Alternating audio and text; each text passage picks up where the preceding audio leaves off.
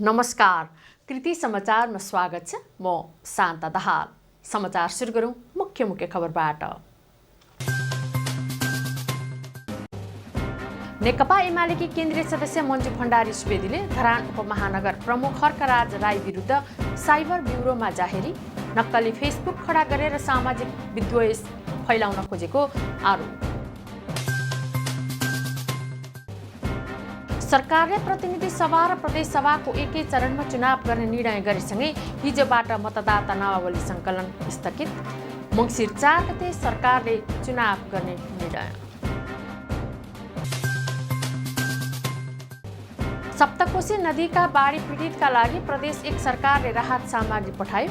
प्रदेश सरकारको आन्तरिक मामिला तथा कानुन मन्त्रालयद्वारा राहत। कोशीमा निरन्तर पानीको बहाव बढ्न थालेपछि भारत बिहारका जल संसाधन सिँचाइ मन्त्री सञ्जय कुमार झाद्वारा कोशी ब्यारेजको निरीक्षण। टोलीमा मन्त्रालयका केही प्रतिनिधि सहित कोशी योजना अन्तर्गतका कर्मचारी सहभागी। बीपी कोइराला स्वास्थ्य विज्ञान प्रतिष्ठानमा 9 केजीको ट्युमरको सफल शल्यक्रिया। सप्तरीका एक पुरुषको सफल शल्यक्रिया। तेह्रथुमको ग्रामीण क्षेत्रमा उद्योग सञ्चालनको क्रम बढ्दै। जिल्लाको 6वटै पालिका केन्द्र तथा गाउँमा उद्योगहरू स्थापना। नेपालमा 760 जनामा कोरोना संक्रमण पुष्टि, 1 संक्रमितको मृत्यु। र सङ्गीतकार योगेन्द्र उपाध्यायका 3वटा गीती एल्बम एकसाथ विमोचन।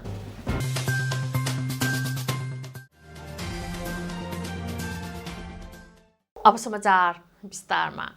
नेकपा एमालेकी केन्द्रीय सदस्य मञ्जु भण्डारी सुवेदीले धरान उपमहानगर प्रमुख हर्कराज राई विरुद्ध साइबर ब्युरोमा जाहेरी दिएको बताउनु भएको छ। आफू विरुद्ध सामाजिक सञ्जाल मार्फत भ्रामक कुराहरू फैलाएको भन्दै सामाजिक सञ्जालमा उजुरी दिएको बताउनु भयो। बिहिबार प्रमुख राईले प्रयोग गर्ने Facebook page Harka Sampang a रेभुलेसनको नाममा नेकपा एमाले केन्द्रीय सदस्य मञ्जु भण्डारी सुवेदीले साइबर अपराधमा जाहेरी दिएको बताउनु भयो। पटक पटक नगर प्रमुख राईले फेसबुक मार्फत फोटो दुरुपयोग गरी आफ्नो चरित्र हत्या गर्ने, अपमान गर्ने कार्य गरेकाले जाहेरी दिन बाध्य भएको बताउनु भयो। उहाँले आफ्नो फेक आइडी सिर्जना गरी स्क्रिनसट गरी पोस्ट गरेको बताउनु भयो। उहाँले छिटो न्यायका लागि साइबर ब्युरो मार्फत जाहेरी दिएको बताउनु भयो। बिहिबार हर्क साम्पाङको फेसबुक अ रेभुलेसनमा मञ्जु भण्डारीको फेसबुकमा स्टाटस लेखिएको फोटो राखेर पोस्ट गरिएको थियो। सरकारले प्रतिनिधि सभा र प्रदेश सभाको एकै चरणमा चुनाव गर्ने निर्णय गरेसँगै हिजोबाट मतदाता नामावली सङ्कलन स्थगित गरिएको छ। मङ्सिर 4 गते सरकारले चुनाव गर्ने निर्णय गरेको छ। 2074 सालमा भने 2 चरणमा चुनाव भएको थियो। निर्वाचन आयोगले भने मङ्सिरको 2 गतेभित्र चुनाव सम्पन्न गर्न सरकारलाई सुझाव दिँदै आएको थियो। सरकारमा संलग्न सत्ताधारी दलहरूबीच बनेको सहमति अनुसार मङ्सिर 4 मा निर्वाचन गर्ने सहमति बनेको हो। सरकारले चुनावको मिति तोके लगत्तै निर्वाचन आयोगले मतदाता नामावली सङ्कलन स्थगित गरेको हो। आयोगले सरकारले तोकेको मितिमा चुनाव गराउन आफूहरू तयार रहेको जनाएको छ। आयोगका प्रवक्ता शालिग्राम शर्मा पौडेलले निर्वाचनको समय सीमा 107 दिन रहेकाले आयोगका लागि पर्याप्त समय भएको बताएको छ। प्रवक्ता पौडेलका अनुसार अनलाइन फारम गरेर औँठा छाप र फोटो खिच्ने मिति निर्धारण भइसकेकाहरूको हकमा भने साउन 21 गतेसम्म समय दिइनेछ। 30 वैशाखमा भएको निर्वाचनमा 1,70,33,723 मतदाता थिए भने अब 1,86,00,000 मतदाता हुने जनाइएको छ।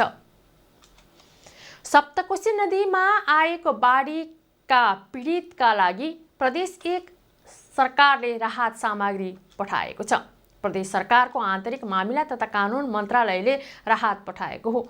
बुधबार सप्तकोशी नदी पुरानै धारमा फर्किएर उदयपुरको बेलका नगरपालिकाका 5 वटा वडाको मानव बस्तीमा प्रवेश गरेर तहस नहस पार्दा 1500 घर परिवार विस्थापित भएका छन्। विस्थापितलाई सरकारले उद्धार गरेर सुरक्षित स्थानमा सारिसकेको छ। मन्त्रालयले पीडितका लागि खाद्यान्न लगायत राहतका सामग्री पठाइसकेको मन्त्री केदार कार्कीले बताउनुभयो। अहिले कोसीले बाँध भत्काएर मानव बस्ती प्रवेश गरेको स्थानमा 2045 साल अघि कोसी बग्ने गरेको थियो। 2045 सालको भूकम्पपछि कोसीले बिस्तारै धार परिवर्तन गरी पूर्वतर्फ धकेलिएपछि स्थानीयले 2051 सालदेखि घर बनाएर बस्न थालेका थिए। कोसीमा निरन्तर पानीको बहाव बढ्न थालेपछि भारत बिहारका जल संसाधन सिँचाइ मन्त्री सञ्जय कुमार झा कोसी ब्यारेजको निरीक्षणमा आउनु भएको छ। उहाँले सुनसरीमा रहेको कोसीको पूर्वी तटबन्धको अवलोकन गर्नुभएको छ। उहाँको टोलीमा मन्त्रालयका केही प्रतिनिधि सहित कोसी योजना अन्तर्गतका कर्मचारी सहभागी छन्। कोसी नदीमा बाढी आएका कारण उदयपुरको बेलका नगरपालिका डुम्री बोटेमा रहेको मानव बस्ती जोखिममा परेको छ। सिँचाइ मन्त्री झा सुनसरी सहित सप्तरीमा पनि निरीक्षणका लागि पुग्नु भएको छ। कोसीमा उच्च बहाव बढ्दा सुनसरी, उदयपुर, सप्तरी सहित भारतका बासिन्दा प्रभावित हुने गरेका छन्। 2065 साल भदौ 2 गते कटान गरी कोसी सुनसरी हुँदै भारतमा प्रवेश गर्दा करोडौँको जनधनको क्षति भएको थियो। कोसीमा पानीको बहाव बढेपछि 56 मध्ये बुधबार 47 ढोका खुला गरिएको थियो। कृति समाचारमा अब छोटो विश्राम।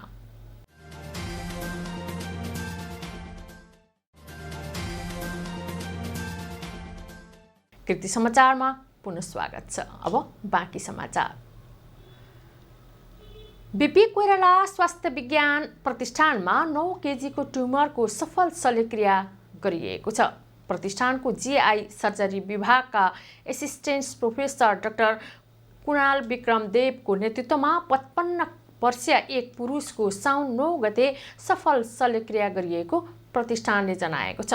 प्रतिष्ठानका सहप्रवक्ता डाक्टर चुडामणि पोखरेलका अनुसार पेटको पछिल्लो भाग रेस्टोपेरिटोनियममा रहेको 9 केजीको ट्युमरको सफल शल्यक्रिया गरिएको हो।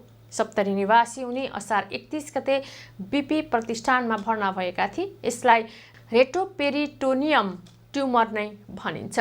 यो एक प्रकारको जटिल शल्यक्रिया हो। डाक्टर देवको नेतृत्वमा जीआई सर्जरी विभागका प्राध्यापक डाक्टर शैलेश अधिकारी, डाक्टर सुजन गौतम, डाक्टर रतीश कर्ण, डाक्टर सुस्मित शर्मा, यूरोलोजीका डाक्टर आवाज काफले, कार्डियोथोरासिक भास्कुलर सर्जरीबाट डाक्टर विजय शाह संलग्न थिए। उनलाई साउन 17 गते डिस्चार्ज गरिएको छ। तेह्रथुमको ग्रामीण क्षेत्रमा उद्योग सञ्चालनको क्रम बढ्दै गएको छ। तेह्रथुमका युवा तथा महिलाहरू कृषि, पशुपालन, ढाका, सिलाइ, कटाई, दुग्ध उत्पादन, कृषि औजार निर्माण लगायतका व्यवसायमा संलग्न छन्। घरेलु तथा साना उद्योग कार्यालयको सहयोगले व्यवसाय सञ्चालनमा राहत मात्र पुगेको छैन, छिटो आकर्षण र गुणस्तरीय उत्पादनमा र आम्दानीमा समेत सहयोग पुगेको उनीहरू बताउँदछन्। यो सहयोगले मलाई चाहिँ धेरै नै राहत मिलेको छ। अब पहिला लाइनवाला थिएन मेसिनहरू, अहिले लाइनबाट पाइएको छु।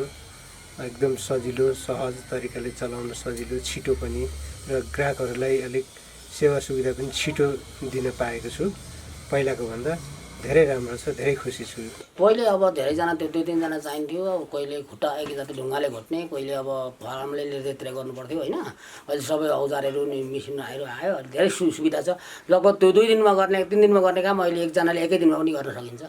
घरेलु तथा साना उद्योग कार्यालय तेह्रथुमले विशेष गरी 3 प्रकारको काम गर्दै आएको छ।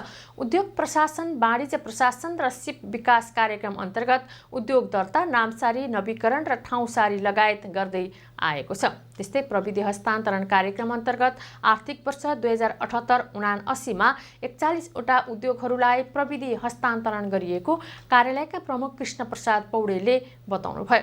आर्थिक वर्ष 78-79 मा यस कार्यालयबाट चाहिँ विभिन्न चाहिँ दैनिक प्रशासनिक, उद्योग प्रशासन, वाणिज्य प्रशासन सम्बन्धी कामहरूको अलावा हामीले चाहिँ प्रविधि हस्तान्तरण सम्बन्धी कामहरू गऱ्यौँ। त्यसमा चाहिँ हामीले 41 वटा उद्योगहरू छनौट गरेर ती उद्योगहरूलाई चाहिँ हामीले प्रविधि हस्तान्तरण दियौँ।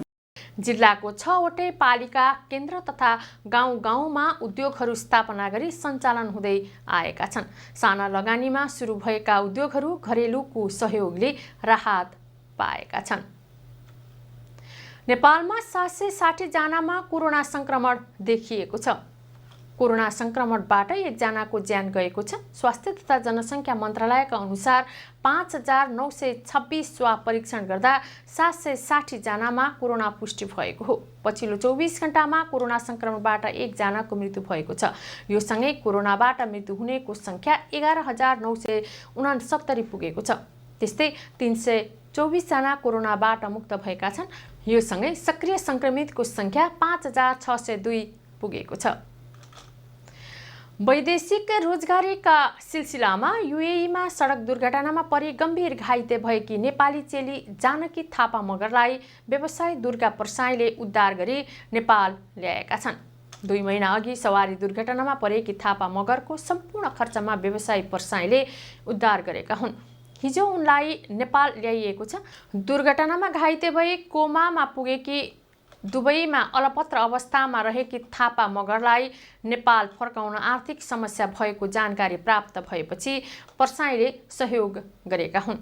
बीएनसी अस्पतालका जनसम्पर्क अधिकारी प्रमिश गिरीका अनुसार सामुदायिक उत्तरदायित्व अन्तर्गत व्यवसायी प्रसाईले सहयोग गर्नुभएको हो।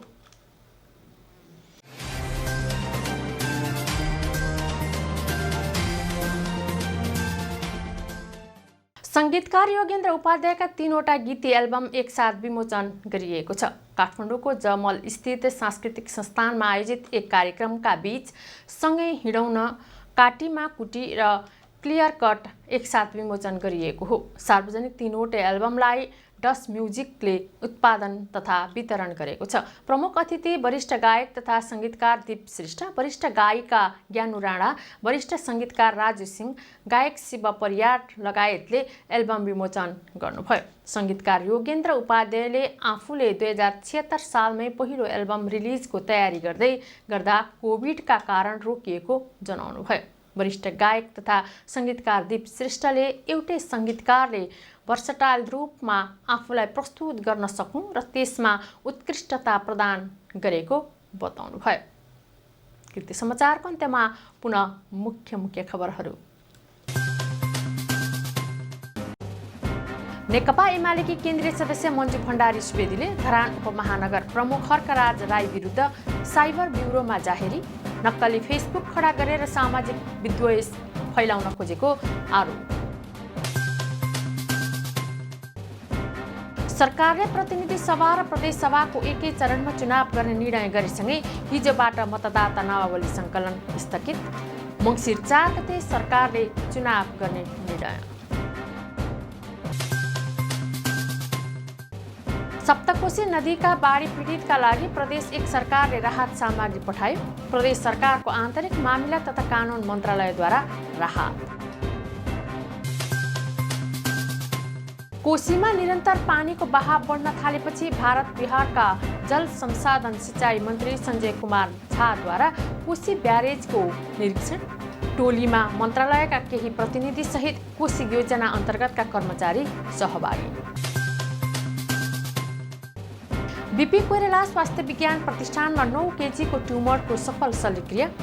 सप्तरीका एक पुरुषको सफल शल्यक्रिया। तेह्रथुमको ग्रामीण क्षेत्रमा उद्योग सञ्चालनको क्रम बढ्दै।